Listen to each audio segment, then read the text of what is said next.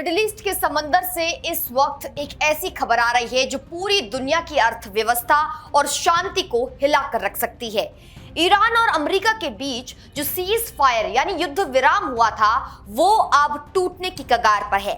Iran ने America को एक ऐसी सीधी और घातक धमकी दी है जिसने ग्लोबल मार्केट में खलबली मचा दी है। आखिर क्या है ये 48 घंटे का अल्टीमेटम और क्यों डोनाल्ड ट्रंप कह रहे हैं कि उनके सिवाय बाकी सब खुश थे? चलिए आज के स्पेशल वीडियो में इस पूरे मामले की इनसाइड स्टोरी समझते हैं। सबसे पहले बात करते हैं कि ईरान की उस बड़ी मांग की जिसने वॉशिंगटन की नींद उड़ा कर रखी है। ईरान के विदेश मंत्री सैयद अब्बास अरागची ने अमेरिका को अल्टीमेटम देते हुए कहा है कि अमेरिका ईरान की सीज की हुई 11 ट्रिलियन डॉलर की संपत्तियों को तत्काल रिलीज करे। अरागची का यहां पर साफ कहना है कि अगर अगले 48 घंटों के भीतर अमेरिका ने इन संपत्तियों को छोड़ने का कोई लिखित प्रस्ताव नहीं दिया तो ईरान सीज फायर को खत्म कर देगा, यानी दोबारा मिसाइलें चलेंगी और जंग के मैदान में बारूद बरसेगा। ईरान की बौखलाहट की सबसे बड़ी वजह उनके बंदरगाहों पर अमेरिकी नौसेना की नाकेबंदी और उनकी अरबों खरबों की संपत्ति का फ्रीज होना है। अरागची ने केवल धमकी ही नहीं दी है बल्कि एक बड़ा आर्थिक दांव भी चला है। उन्होंने कहा कि जब तक 11 ट्रिलियन डॉलर की फ्रोजन एसेट्स को रिलीज नहीं किया जाता तब तक दुनिया के सबसे महत्वपूर्ण तेल मार्ग यानी कि स्ट्रेट ऑफ हॉर्मुज को बंद रखा जाएगा। ईरान डेली न्यूज के एक वीडियो में ये चीज भी जारी की गई जिसमें अरागची ये कहते हुए दिखाई दिए और उनके सख्त तेवर नजर आए। अब जरा सुनिए कि इस पर महाशक्ति अमेरिका के जो राष्ट्रपति हैं डोनाल्ड ट्रंप, उनका आखिर क्या कहना है। ट्रंप ने अपनी सिग्नेचर स्टाइल में जवाब देते हुए कहा कि हॉर्मुज स्ट्रेट पर इस वक्त अमेरिका का पूरा कंट्रोल है।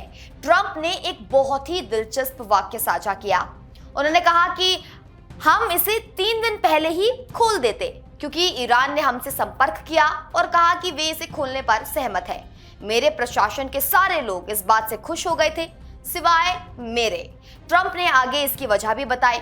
उन्होंने कहा कि मैंने अपने लोगों से कहा 1 मिनट रुको, अगर हम आज इस स्ट्रेट ऑफ हॉर्मुज को खोलते हैं तो इसका मतलब यह है कि ईरान रोजाना $500 मिलियन कमाना शुरू कर देगा। मैं उन्हें ये डील फाइनल होने तक इतनी बड़ी रकम कमाने का मौका नहीं देना चाहता, इसलिए इसे बंद रखने का फैसला सिर्फ मेरा है। ट्रंप ने साफ कर दिया कि जब तक कोई ठोस और सकारात्मक डील नहीं होती ये रास्ता नहीं खुलने वाला। जब ट्रंप से पूछा गया कि पश्चिम एशिया का यह संघर्ष आखिर कब तक चलेगा तो उन्होंने वियतनाम युद्ध की याद दिलाते हुए कहा कि वियतनाम कितने साल चला था, लेकिन मैंने तो पहले 4 हफ्तों में ही ईरान को सैन्य रूप से पूरी तरह हरा दिया है।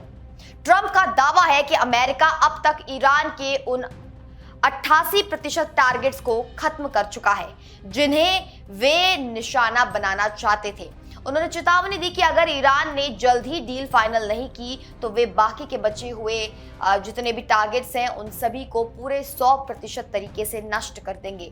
ट्रंप के मुताबिक समय का दबाव अमेरिका पर नहीं बल्कि ईरान पर है। उन्होंने एक बहुत ही तकनीकी और गंभीर बात कही कि अगर ईरान को जल्द ही तेल निकालने और बेचने की इजाजत नहीं मिली तो उनका पूरा ऑयल इंफ्रास्ट्रक्चर फट सकता है।